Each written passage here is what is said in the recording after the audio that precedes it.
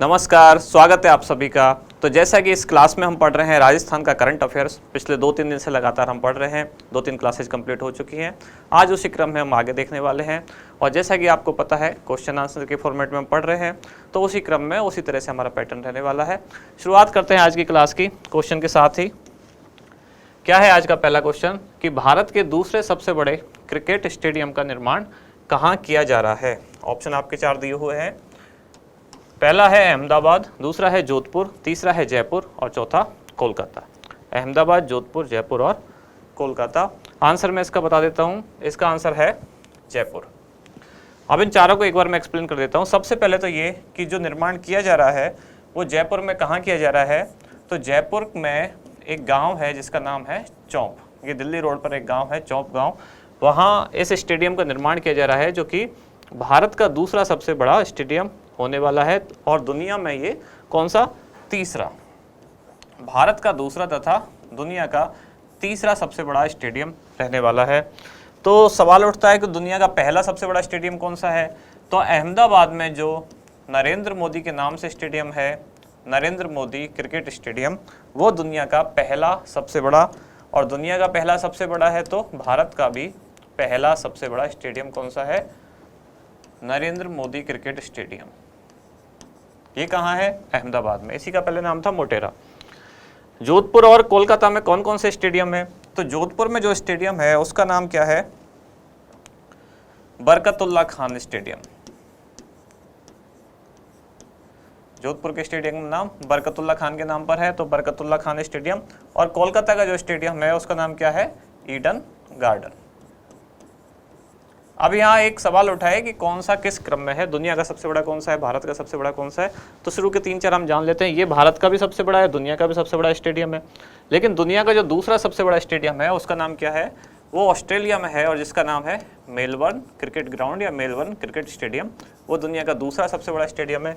तीसरा सबसे बड़ा हो गया चौंप, जो कि कहाँ, जयपुर राजस्थान में है। और चौथा सबसे बड़ा हो गया फिर ईडन गार्डन, ये दुनिया के क्रम में। अब एक चीज़ और, इनके बाद अब जब ये चौथा स्टेडियम बन जाएगा, कौन सा, चौंप में, इसके बाद अब जो राजस्थान में 4 ऐसे स्टेडियम है जिनमें अंतर्राष्ट्रीय स्तर की सुविधाएं होंगी या अंतर्राष्ट्रीय स्तर के क्रिकेट स्टेडियम होंगे। कौन कौन से, सबसे पहला तो जो SMS स्टेडियम है, कहाँ, जयपुर। दूसरा बरकतुल्ला, जो मैंने अभी लिखा, कहाँ है वो, बरकतुल्ला, जोधपुर। तीसरा जो है वो है उदयपुर में, उदयपुर क्रिकेट स्टेडियम। और चौथा जो ये बनने वाला है, कहाँ, चौंप, जयपुर। तो इसके बाद ये 4 स्टेडियम हो जाएंगे जो राजस्थान में अंतर्राष्ट्रीय स्तर के या अंतर्राष्ट्रीय मानकों वाले जो स्टेडियम होंगे, ये 4 हो जाएंगे। तो ये हुई सामान्य से जानकारी इसकी। अब चलते हैं अगले क्वेश्चन पे। अगला क्वेश्चन क्या है, the economic bulletin. The economic bulletin के संदर्भ में कौन सा कथन सत्य है। यह राजस्थान सरकार के सूचना एवं जनसंपर्क विभाग की पत्रिका है। यह राजस्थान सरकार के आर्थिक एवं सांख्यिकी निदेशालय द्वारा जारी की जाने वाले आर्थिक आंकड़ों का समावेश है। यह भारत सरकार की वार्षिक आर्थिक रिपोर्ट का सार है और यह राजस्थान विश्वविद्यालय की एक त्रैमासिक पत्रिका है। पहली लाइन जो है, तो ये तो आपको पता ही होगा, ये इसका आंसर नहीं है, क्योंकि लगातार जो सुजस वाले हम क्लास में पढ़ रहे हैं उसमें मैं पहली लाइन हमेशा यही बोलता हूँ कि क्या ये राजस्थान सरकार की सूचना एवं जनसंपर्क विभाग द्वारा जारी की जाने वाली पत्रिका है जो हमारी क्लास का आधार है। कौन, तो ये क्या है, वो पत्रिका कौन सी है, वो तो सुजस, जो हम डेली पढ़ ही रहे हैं। दूसरी, ये राजस्थान सरकार के आर्थिक एवं सांख्यिकी निदेशालय द्वारा जारी की जाने वाले आर्थिक आंकड़ों का समावेश है, तो ये भी इसका आंसर नहीं है। तो ये आंकड़े, इनको क्या कहते हैं, ये होती है आर्थिक समीक्षा। अब यहाँ एक क्वेश्चन ये भी बनता है कि आर्थिक समीक्षा राजस्थान का कौन सा विभाग जारी करता है, तो यहाँ लिखा हुआ है आर्थिक एवं सांख्यिकी निदेशालय, इसके द्वारा आर्थिक समीक्षा जारी की जाती है। तीसरा ऑप्शन है ये भारत सरकार की वार्षिक आर्थिक रिपोर्ट का सार है, तो भारत सरकार की भी जो वार्षिक आर्थिक रिपोर्ट होती है वो भी भारत सरकार की आर्थिक समीक्षा कहलाती है। चौथा ऑप्शन है ये राजस्थान विश्वविद्यालय की एक त्रैमासिक पत्रिका है, तो यही इसका आंसर है, क्या, डी, राजस्थान विश्वविद्यालय की एक त्रैमासिक पत्रिका है। अभी इसका उद्घाटन किसके द्वारा किया गया, तो जो छठे वित्त आयोग के अध्यक्ष थे, कौन, प्रद्युम्न सिंह। प्रद्युम्न सिंह, इनके द्वारा इसका विमोचन किया गया, इस पत्रिका का। कौन सी पत्रिका, द इकोनॉमिक बुलेटिन। अब ये प्रद्युम्न सिंह जो छठे वित्त आयोग के अध्यक्ष हैं, छठे वित्त आयोग, तो इस वित्त आयोग में इनके अलावा दो अन्य सदस्य भी हैं। दो अन्य सदस्य कौन कौन है, एक बार मैं उनके नाम भी लिख देता हूँ। छठे वित्त आयोग के अध्यक्ष कौन, प्रद्युम्न सिंह, और दो जो सदस्य हैं कौन कौन से थे सदस्य, एक है अशोक लाहोटी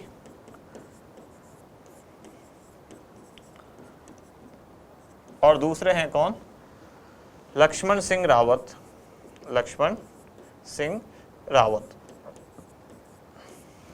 तो इनके द्वारा इस पत्रिका का विमोचन किया गया।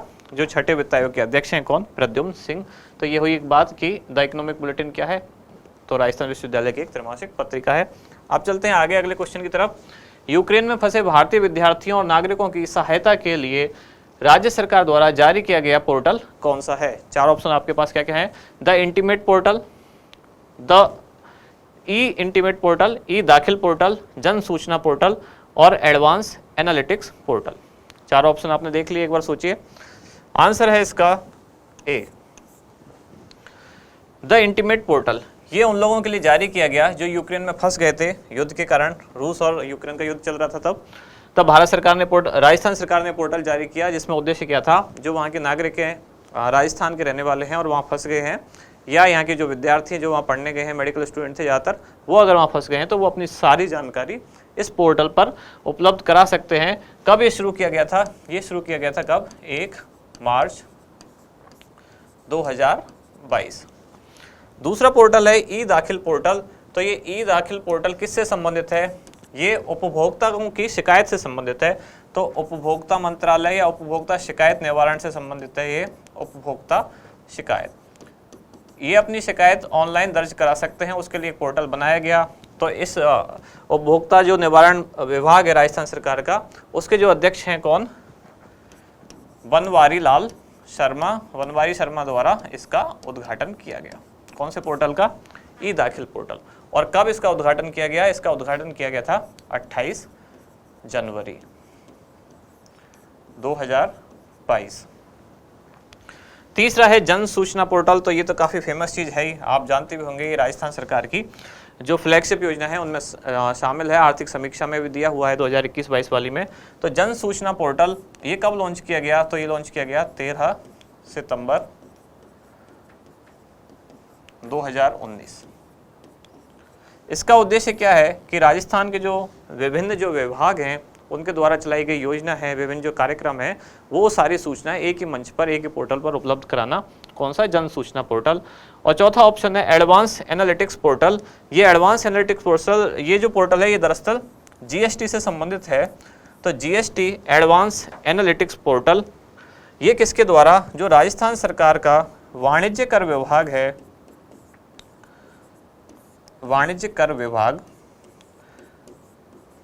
उसकी एक इकाई है, उसकी एक यूनिट है जिसका नाम है बिजनेस इंटेलिजेंस यूनिट। वाणिज्य कर विभाग की बिजनेस इंटेलिजेंस यूनिट द्वारा ये लॉन्च किया गया, ये जारी किया गया। कौन सा पोर्टल,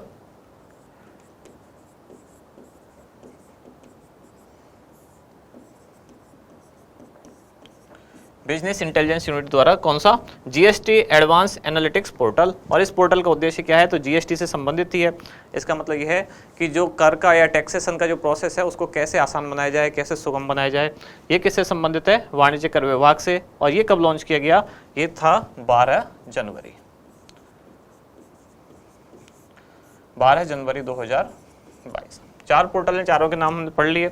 ई इंटीमेट पोर्टल ये यूक्रेन से संबंधित था, 1 मार्च 2022। ई दाखिल 28 जनवरी, जन सूचना पोर्टल 13 सितंबर और एडवांस एनालिटिक्स पोर्टल कब, 12 जनवरी 2022 को लॉन्च किया गया।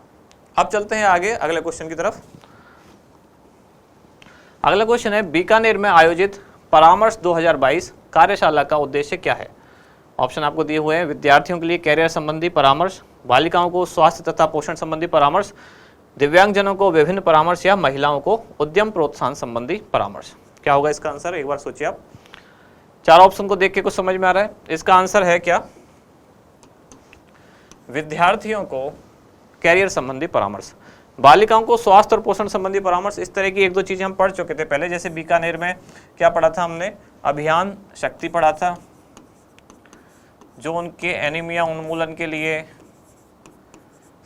सहजन फली के पौधे भी वितरित किए गए थे अभियान शक्ति के तहत।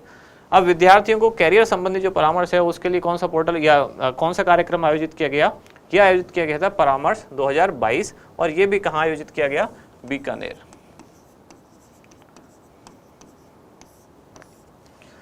कब ये जो कार्यक्रम है परामर्श 2022 कब आयोजित किया गया? तो ये आयोजित किया गया था 15 फरवरी 2022। तो जो केंद्र में मंत्री हैं राजस्थान से, कौन? अर्जुन राम मेघवाल, उनके द्वारा इसका उद्घाटन किया गया था। अर्जुन राम मेघवाल।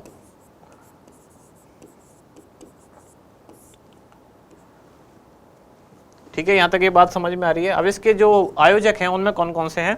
इसके आयोजक हैं, एक था NICS, NICS के साथ है एक स्टार्टअप जिसका नाम है एडू माइल स्टोन, और उसी के साथ एक और जो संस्थान है वो कौन है? राजस्थान सरकार का शिक्षा निदेशालय। तो इन तीनों ने मिलके इसका आयोजन किया। संबंध क्या है इसका? विद्यार्थियों को कैरियर संबंधी परामर्श देना। मतलब इसका मुख्य उद्देश्य ये है कि बच्चों की जो शिक्षा है और उनके अलावा जब वो बिजनेस में या किसी उद्योग में काम करते हैं तो शिक्षा और उद्योग के बीच में जो गैप है, दोनों जगत के बीच में जो गैप है उसको भरना। मतलब कहने का मतलब ये है कि शिक्षा को जो एजुकेशन ली है उसका ज़्यादा से ज़्यादा आउटपुट आए उनके रोजगार से संबंधित, उसको रोजगार से जोड़ना शिक्षा को, वो उसका मुख्य उद्देश्य है। मतलब पढ़ाई की लेकिन उसके बाद समझ नहीं आया कि इसको हम कमाएं कैसे, रोजगार क्या पाएं इससे। तो इस तरह के कार्यक्रम में कैरियर संबंधी ऐसी सलाहें दी जाती हैं जिसमें शिक्षा जगत और उद्योग जगत के बीच का जो गैप है उसको फुलफिल किया जा सके। क्लियर? ये सारी चीज़ें आप एक बार नोट कर लीजिए। NICS की फुल फॉर्म क्या है? National institute of career service, ये आप लिख सकते हैं, national institute of career service. इसके साथ एडू स्माइल जो है ये स्टार्टअप है, और शिक्षा निदेशालय राजस्थान सरकार का, इन तीनों ने इसका आयोजन किया। अब चलते हैं आगे अगले क्वेश्चन की तरफ। अगला क्वेश्चन है, राजस्थान युवा पखवाड़े का आयोजन निम्नलिखित में से किसके द्वारा किया गया? राजस्थान युवा पखवाड़ा, युवा मामले एवं खेल विभाग, शांति एवं अहिंसा निदेशालय, राजस्थान राज्य क्रीड़ा परिषद और उच्च शिक्षा विभाग। तो मैं इसका आंसर बता देता हूँ। इसका आंसर है शांति एवं अहिंसा निदेशालय। काफ़ी इंपॉर्टेंट चीज़ है ये, क्योंकि क्वेश्चन को देख के आंसर ऑप्शन देख के समझ में नहीं आता है। ऐसा लगता है या तो युवाओं से संबंधित, युवा मामले से संबंधित होगा, या खेल से संबंधित होगा, या उच्च शिक्षा से संबंधित होगा, लेकिन इसका सही आंसर क्या है? शांति एवं अहिंसा निदेशालय। कब से कब इस पखवाड़े का आयोजन किया गया था? तो 7 से 20 जनवरी। कितने दिन हो गए? 15 दिन हो गए। 7 से 20 जनवरी इस पखवाड़े का, जनवरी नहीं 7 से 20 फरवरी में इस पखवाड़े का आयोजन किया गया। 7 से 20 फरवरी। और कौन सा ईयर? 2022। उद्देश्य क्या है? ये किसको समर्पित था? तो डॉक्टर SN सुब्बाराव, इनको समर्पित करके कार्यक्रम का आयोजन किया गया। युवाओं को उनसे जोड़ना, टेक्नोलॉजी से जोड़ना। या गांधीवादी विचारक थे, कौन? ये डॉक्टर SN सुब्बाराव। तो इनके विचारों से युवाओं को जोड़ना, प्रेरित करना, इनको समर्पित ये कार्यक्रम का आयोजन किया गया। अब डॉक्टर SN सुब्बाराव को जब नाम आता है तो हमारे दिमाग में एक चीज़ और आती है। अभी एक और घटना हुई थी, जब 2 से 8 अक्टूबर तक गांधी सप्ताह का आयोजन किया गया तो डॉक्टर SN सुब्बाराव को एक पुरस्कार भी दिया गया। ये बात हमने सुजस वाली क्लास में देखी थी। कौन सा पुरस्कार दिया गया था इनको? उस पुरस्कार का नाम था गांधी सद्भावना पुरस्कार। गांधी सद्भावना पुरस्कार 2022 वाला। अब बात उठती, क्या केवल इनको अकेले को दिया गया था? तो 5 लोगों को ये पुरस्कार दिया गया था, गांधी सद्भावना पुरस्कार, जिसमें एक का नाम मैं लिख चुका हूँ, डॉक्टर SN सुब्बाराव, वो हो गए एक। दूसरा मैं नाम यहाँ से लिखता हूँ, दूसरे हो गए कौन? नेमीचंद जैन। ये नाम इंपॉर्टेंट है क्योंकि ये कहाँ से हैं? ये राजस्थान से है। तीसरे कौन थे? तीसरे हो गए अमरनाथ भाई जी, ये कहाँ से हैं? ये वाराणसी। चौथे हैं कुमार प्रशांत, ये कहाँ से हैं? दिल्ली। और 5वां 5वें कौन है? Doctor D.R. मेहता। ये भी कहाँ से हैं? ये भी राजस्थान से हैं। तो राजस्थान के इसमें 2 लोग हैं। राजस्थान में कहाँ से हैं? ये जोधपुर से हैं। कहीं कहीं जयपुर भी लिखा हुआ है, सुजस वाली मैगजीन में एक बार जयपुर लिखा हुआ आया था, तो कहीं कहीं इनका जोधपुर है, तो जोधपुर से मान लेते हैं मैंने, जोधपुर से ही है। D.R. मेहता और नेमीचंद जैन ये दोनों राजस्थान से हैं। राजस्थान में कहाँ से हैं? जोधपुर। अब इनमें खास बात क्या है, इन दोनों के नाम में भी, इस पुरस्कार के बाद भी एक और ऑप्शन बचता है, एक और क्वेश्चन बनता है, वो कि 2 लोगों को मरणोपरांत दिया गया। कौन कौन वो 2 लोग हैं जिनको मरणोपरांत दिया गया? तो एक तो है डॉक्टर S.N. सुब्बा राव, इनको भी मरणोपरांत दिया गया। ये कौन सा पुरस्कार? गांधी सद्भावना पुरस्कार 2022। और दूसरे जो राजस्थान के हैं नेमीचंद जैन, इनको भी मरणोपरांत यह पुरस्कार दिया गया। बाकी तीनों को अभी जीते जी दिया गया है। कहाँ? ये गांधी सद्भावना पुरस्कार कब दिया गया? 2 से 8 अक्टूबर के बीच में जब गांधी सप्ताह का आयोजन किया गया। साथ ही इसमें जो इनाम की राशि है वो कितने रुपए थी? 5 लाख रुपए की इनको पुरस्कार राशि दी गई। ठीक है, ये क्लियर हुआ। अब आगे चलते हैं अगले क्वेश्चन की तरफ।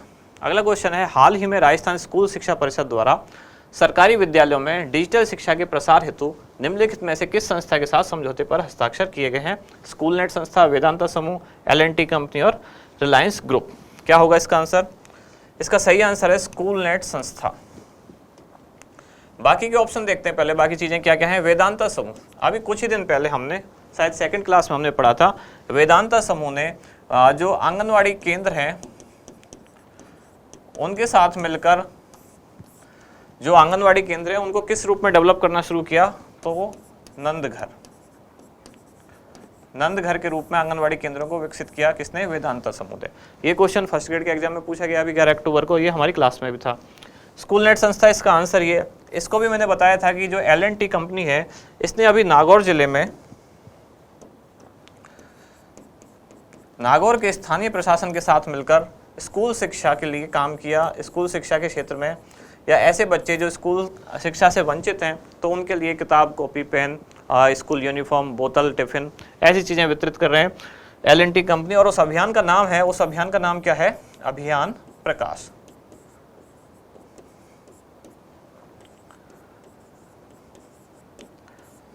अभियान प्रकाश L&T कंपनी उससे संबंधित है। आंगनवाड़ी केंद्र और वेदांता समूह किससे संबंधित है? नंदघर से। और स्कूलनेट संस्था ये किससे संबंधित है? डिजिटल शिक्षा, सरकारी विद्यालयों में डिजिटल शिक्षा के प्रसार से। अब चलते हैं आगे अगले क्वेश्चन की तरफ। अगला प्रश्न है, संविधान पार्क का निर्माण निम्नलिखित में से कौन से स्थान पर किया जा रहा है? ऑप्शन है जोधपुर, अजमेर, उदयपुर और जयपुर। क्या होगा इसका सही आंसर? इसका आंसर है जयपुर। संविधान पार्क से समझ में आ रहे हैं आपको कि ऐसी कोई चीज़ें बनाई जा रही हैं जो संविधान से संबंधित हैं। तो दरअसल जयपुर में ही, जयपुर राजभवन, मतलब जहाँ कौन रहते हैं? राज्यपाल। कौन है राज्यपाल? कौन है? कलराज मिश्र। तो उन्होंने इसका उद्घाटन किया। इस सेंटर में क्या है, जो संविधान से जुड़े हुए ऐतिहासिक कुछ चीज़ें हैं, कुछ घटना हैं, उनकी कुछ कलाकृतियाँ, उनके कुछ शिल्प बनाए जाएंगे। और ऐसे कितने बनाए जाएंगे? ऐसे 45 शिल्प बनाए जाएंगे। तो ये किसके द्वारा किया गया? कलराज मिश्र, जो कौन है? राज्यपाल हैं। और कहाँ किया गया इसका निर्माण, मतलब कहाँ उद्घाटन किया गया? जयपुर में। अब इसमें 2 चीज़ें और रह जाती हैं। एक तो इसका वास्तुकार कौन है, और दूसरा कौन सा जो संस्थान है इसको बना रहा है। तो वास्तुकार हैं इसके अनूप बरतरिया, और इसको बनाने वाली जो संस्था है वो कौन सी है? JDA, मतलब जयपुर डेवलपमेंट अथॉरिटी, जयपुर विकास प्राधिकरण। सिंपल, समझ में आई बात। अब चलते हैं आगे अगले क्वेश्चन की तरफ। अगला प्रश्न है, गणतंत्र दिवस 2022 की परेड में सम्मिलित झांकी में राजस्थान की कौन सी कला का प्रदर्शन किया गया? तो गणतंत्र दिवस 2022 मतलब 26 जनवरी। थेवा कला, पिछवाई कला, कठपुतली और उस्ता कला। इसका आंसर है पिछवाई कला। पिछवाई कला कहाँ की प्रसिद्ध है? नाथद्वारा की। तो नाथद्वारा की पिछवाई कला, इसकी जो 2 झांकियाँ थी या 2 तरह की जो कलाकृतियाँ थी वहाँ प्रदर्शित की गई। एक तो कौन सी? कृष्ण भगवान की गोवर्धन लीला, मतलब उंगली पे गोवर्धन पहाड़ उठाए हुए। और दूसरा जो मेवाड़ के कुछ वीर योद्धा हैं, मेवाड़ के योद्धाओं की झांकी प्रदर्शित की गई। अब थेवा कला आप जानते हैं बहुत ज़्यादा फेमस है। राजस्थान में कहाँ से संबंधित है? यह है प्रतापगढ़। प्रतापगढ़ का एक सबसे प्रसिद्ध परिवार जो इसी चीज़ के लिए है वो है सोनी परिवार। और उस्ता कला ये कहाँ से संबंधित है? बीकानेर, प्रमुख केंद्र राजस्थान में इसका बीकानेर है। उद्भव इसका कहाँ से माना जाता है? तो ईरान से। यहाँ मैंने एक दो लाइन पढ़ी लिखी है इनकी। आप एक काम कर सकते हैं कि हमारे जो कलाम RS अकेडमी वाला चैनल है उस पर इन सब के एक मिनट के वीडियोस दिए हुए हैं। राजस्थान के जितने जैसे लोक कलाएं हैं उनके कुछ वीडियो हैं, हस्तशिल्प कलाएं हैं उनके कुछ वीडियो हैं, एक मिनट के या कुछ सेकंड्स के वीडियो हैं, और मतलब अच्छे से आपको उन्हें समझ में आएगा। एक बार जाके ये चीज़ें आप वहाँ से ज़रूर देखें, आपको समझ में आएगा ज़्यादा अच्छा। अगला क्वेश्चन है 24 जनवरी 2022 को राष्ट्रीय बालिका दिवस के अवसर पर आयोजित राज्य स्तरीय समारोह की थीम क्या थी? सशक्त नारी, सशक्त समाज, बराबरी का साथ निभाएं, महिलाएं अब आगे आएं, मैं भी छू सकती आकाश, मौके की है मुझे तलाश, और हौसलों की उड़ान से छू लूं आसमान। क्या होगा इसका आंसर? तो इसका सही आंसर है हौसलों की उड़ान से छू लूं आसमान। तो इन ऑप्शन में तो बहुत ज़्यादा कुछ याद रखने को नहीं है, लेकिन ये जरूर एक डेट याद रखने को है, क्योंकि इसी डेट से संबंधित एक और घटना हुई थी और हमने याद रखा था उसी दिन कि 24 जनवरी 2022 को यानी कि राष्ट्रीय बालिका दिवस के अवसर पर हमारी पहली क्लास का पहला जो क्वेश्चन था वो क्या था? एक कार्यक्रम की शुरुआत हुई कहाँ से? अलवर के बानसूर से 24 जनवरी 2022 को, और उस कार्यक्रम का नाम क्या था? स्वस्थ बेटी अभियान, जिसमें जो नवजात बालिका है उसको कुछ किट दी जाएगी, उनके पहनने की जो कपड़े वगैरह हैं या और सारी चीज़ें जो नवजात शिशु को चाहिए वो सारी चीज़ें दी जाएंगी, और उसकी माता को सुपोषित चीज़ें, कुछ दवाइयाँ, कुछ खाने पीने की कुछ चीज़ें हैं, वो सारी चीज़ें दी जाएंगी। किसने उद्घाटन किया था इस कार्यक्रम की शुरुआत किसने की थी? तो शकुंतला रावत जो वाणिज्य उद्योग एवं वाणिज्य मंत्री हैं उनके द्वारा शुरुआत की गई थी।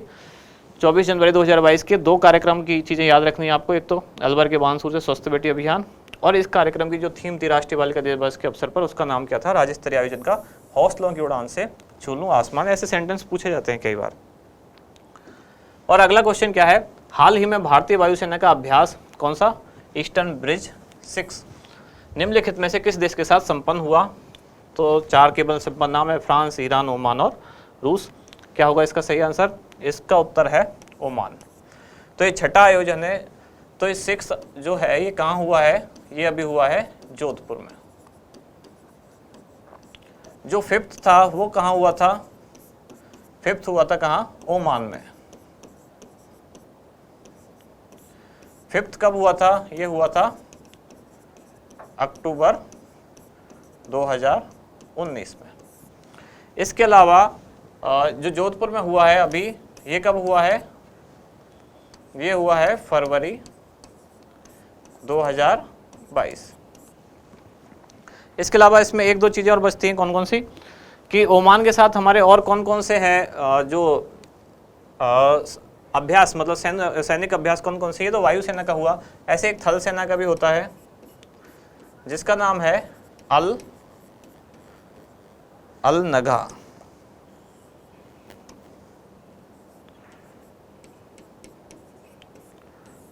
और एक नौसेना का भी होता है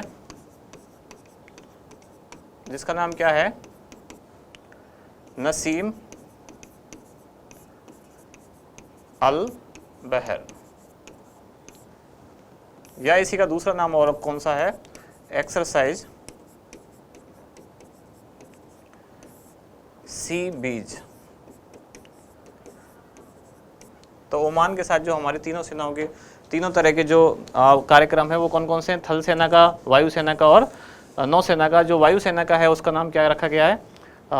ईस्टर्न ब्रिज 6 जो अभी संपन्न हुआ। 6 कहाँ हुआ था संपन्न? ये जोधपुर में। कब से कब? ये फरवरी में हुआ 2022। कौन सी फरवरी? ये 21 से 25 फरवरी को हुआ। ये अक्टूबर 2019 में 5वां हुआ। थल सेना के साथ जो होता है उसका नाम है अल नगा, और नौसेना के साथ जो होता है वो है नसीम अल बहर। इसका दूसरा नाम क्या है? एक्सरसाइज सी बीच। तो ये तो हुए आज के क्वेश्चन। अब एक बार हम आगे बढ़ते हैं और एक चीज़ देख लेते हैं। ये जो RS के लिए एक लाइब्रेरी स्पेशल बैच हमारे यहाँ शुरू होने वाला है, जो जयपुर में भी है और सीकर सेंटर पर भी है। लाइब्रेरी में रह के जो आप लोग तैयारी करना चाहते हैं, यहाँ पढ़ना चाहते हैं, उनके लिए 70 सीट दोनों जगह इक्वली हैं। और ये कब से शुरू हो रहा है? 1 नवंबर 2022 से। इसके लिए आपकी एक स्क्रूनिटी परीक्षा का भी आयोजन किया जाएगा। मतलब जो लोग रजिस्ट्रेशन कराएंगे इस नंबर पे, ये नंबर दिया हुआ है, उनको एक लिंक भेजा जाएगा, एक फॉर्म उन्हें भरना होगा और उसके बाद जितने कैंडिडेट की संख्या होगी उनकी एक स्क्रूटनी मतलब एक छटनी की जाएगी। उसके बाद आप यहाँ एडमिशन पा सकते हैं सीकर सेंटर पर भी और जयपुर सेंटर पर भी। इसके बाद अब आगे बढ़ते हैं, जैसा कि हम हर दिन रिवीजन करते हैं हमारी क्लास का, पुरानी क्लास का। तो आज देखते हैं जो हमने कल पढ़ा वो क्या क्या था। पहला क्वेश्चन क्या था, राजस्थान का पहला यूरेनियम प्रोजेक्ट कहाँ स्थापित किया जा रहा है, खंडेला, नीम का थाना, नरसिंहपुरा या उदयपुर बाटी। तो इसका आंसर था खंडेलवा। ये खंडेला तहसील है, गांव है यहाँ रॉयल, और ये सीकर जिला है। ये राजस्थान का पहला है और देश का तीसरा है। देश का पहला कब हुआ, 1967 में, जादूगोंडा, सिंहभूम जिला, और राज्य कौन सा, झारखंड में। और इसको खंडेला वाले प्रोजेक्ट को कौन देख रहा है, तो uranium corporation of India, UCI. और यहाँ से निकलने वाला यूरेनियम जो है वो सर्वश्रेष्ठ टाइप का यूरेनियम है भारत में। और नीम का थाना, नरसिंहपुरा, उदयपुर बाटी जो क्षेत्र है सीकर झुंझुनू के आसपास का, इसमें भी आगे संभावना जताई जा रही है कि यूरेनियम यहाँ निकाला जा सकता है। अगला क्वेश्चन था कि हाल ही में राज्य की पहली गोल्ड माइन से खनन हेतु अधिसूचना जारी कर दी गई है। तो इसका आंसर क्या था, भीलवाड़ा। भीलवाड़ा से अधिसूचना जारी कर दी गई है, मतलब अब वहाँ खनन के लिए पट्टे वितरण वगैरह का कार्य आमंत्रित शुरू होगा। तो भीलवाड़ा में भी कहाँ, तहसील कोटली के देवतलाई गांव में 2008 में यहाँ सर्वे हुआ था। उस सर्वे में सोना और तांबे के भंडार पाए गए। भीलवाड़ा से अभ्रक का उत्पादन होता है और यहाँ के जो खनिज है वो 42 देशों को निर्यात किए जाते हैं। आगे चलते हैं अगले क्वेश्चन की तरफ। पीएम मित्र योजना, या मित्र की फुल फॉर्म लिखी थी मेगा इंटीग्रेटेड टेक्सटाइल रीजन अप्रैल। तो इसके द्वारा क्या किया गया, ऐसे कुछ 7 पार्क बनाए गए 7 अलग अलग जगह पूरे देश में, जिनमें से एक बना है कहाँ, जोधपुर के कांकाड़ी गांव में, जिसमें 5F की अवधारणा पे काम किया जा रहा है। मतलब फार्म, फाइबर, फैक्ट्री, फैशन और फॉरेन। मतलब ये खेत से जो फाइबर आएगा वो फैक्ट्री में जाएगा और फैशन के अकॉर्डिंग विदेशों को निर्यात किया जाएगा। तो इस योजना के तहत कहाँ, जोधपुर के कांकाड़ी में एक मेगा टेक्सटाइल पार्क बना रहा है। अगला क्वेश्चन क्या था, प्रदेश का पहला नियोनेटोलॉजी इंस्टीट्यूट क्या है। नियोनेटोलॉजी मैंने बताया था, तो नवजातों के अध्ययन से संबंधित जो चिकित्सा विज्ञान की शाखा है, ये कहाँ बनाया जा रहा है, अजमेर के JLN मेडिकल कॉलेज में। अगला क्वेश्चन था क्षेत्रफल की दृष्टि से राजस्थान का दूसरा बड़ा टाइगर रिजर्व। तो सबसे बड़ा टाइगर रिजर्व है राजस्थान का क्षेत्रफल में रणथंभौर, दूसरा है रामगढ़ विषधारी, तीसरा है सरिस्का और चौथा मुकुंदरा हिल। तो राजस्थान का ये जो चौथा है मतलब रामगढ़ विषधारी, ये भारत का 52वां है। NTCA मतलब नेशनल टाइगर कंजर्वेशन अथॉरिटी ने 5 जुलाई 2021 को इसके लिए अप्रूव कर दिया था और 16 मई 2022 को जो पर्यावरण एवं वन मंत्रालय उसने से घोषित किया कौन सा, 52वां टाइगर रिजर्व। और जो 53वां है भारत का वो है गुरु घासीदास नेशनल पार्क और तिमोर पिंगला वन्यजीव अभ्यारण्य। इनका कुछ क्षेत्र मिला के 53वां वाइल्ड टाइगर रिजर्व बनाया गया है भारत का 53rd। आगे नेक्स्ट क्वेश्चन को क्या था, प्रदेश की जो दूसरी लेपर्ड सफारी कहाँ प्रारंभ की जा रही है। तो पहली की जा रही थी झलाना में, ये भी जयपुर में, और दूसरी आमागढ़, ये भी जयपुर में है। ये लगभग 16 से 17 किलोमीटर स्क्वायर का क्षेत्रफल है। फिर है पूर्व प्रधानमंत्री श्री मनमोहन सिंह द्वारा राजस्थान के कौन से गांव को सांसद आदर्श ग्राम योजना के तहत गोद लिया गया। तो इसका आंसर था भटेरी गांव, जो बस्सी तहसील और जयपुर जिले में स्थित है। जाखोड़ा जो सेकंड ऑप्शन था, ये कोटा में यहाँ क्या जैविक कृषि अनुसंधान एवं प्रशिक्षण केंद्र का उद्घाटन किया गया। रॉयल गांव में यूरेनियम, और कांकाड़ी गांव में जब इससे अभी हमने पढ़ा क्या, मेगा टेक्सटाइल पार्क। अब ये जो योजना थी सांसद आदर्श ग्राम योजना, ये कब शुरू हुई थी, 11 अक्टूबर 2014 को। इस दिन होता है जयप्रकाश नारायण का जन्मदिन। इसको जो सांसद हैं 3 तरह के, लोकसभा, राज्यसभा और मनोनीत सांसद। लोकसभा वाले अपने निर्वाचन क्षेत्र में कोई गांव लेंगे, राज्यसभा वाले अपने राज्य के किसी भी जिले का कोई भी गांव ले सकते हैं, और मनोनीत सांसद देश में किसी भी जिले का कोई भी गांव इस योजना के तहत गोद ले सकते हैं। और ग्रामीण विकास मंत्रालय इस योजना की निगरानी करता है या मॉनिटरिंग करता है। अगला क्वेश्चन था कोरोना वैक्सीन की दोनों डोज 100% लगवाने वाला पहला जिला कौन सा बना। तो प्रतापगढ़। और सबसे पीछे वाले जो जिले रहे वो कौन कौन से हैं, भरतपुर और जालौर। नेक्स्ट क्वेश्चन, राज्य का पहला अल्ट्रा थर्मल पावर प्लांट कहाँ। तो ये दानपुर बांसवाड़ा में पहला अल्ट्रा थर्मल पावर प्लांट बनाया गया। MSME टेक्नोलॉजी पार्क की स्थापना निम्नलिखित में से कौन से स्थान पर की जाएगी।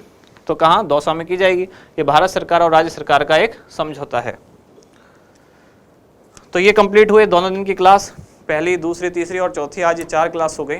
अब आप आराम से बैठ के चारों क्लास के सारे जो क्वेश्चन हैं उनको एक बार रिवाइज जरूर करें, क्योंकि याद आपको तभी रहेगा जब लगातार कंटिन्यू रिवाइज कर रहे हैं। हम रिवाइज करते हैं, लेकिन हमारी एक सीमा है, हम एक दिन में एक ही क्लास रिवाइज कर सकते हैं।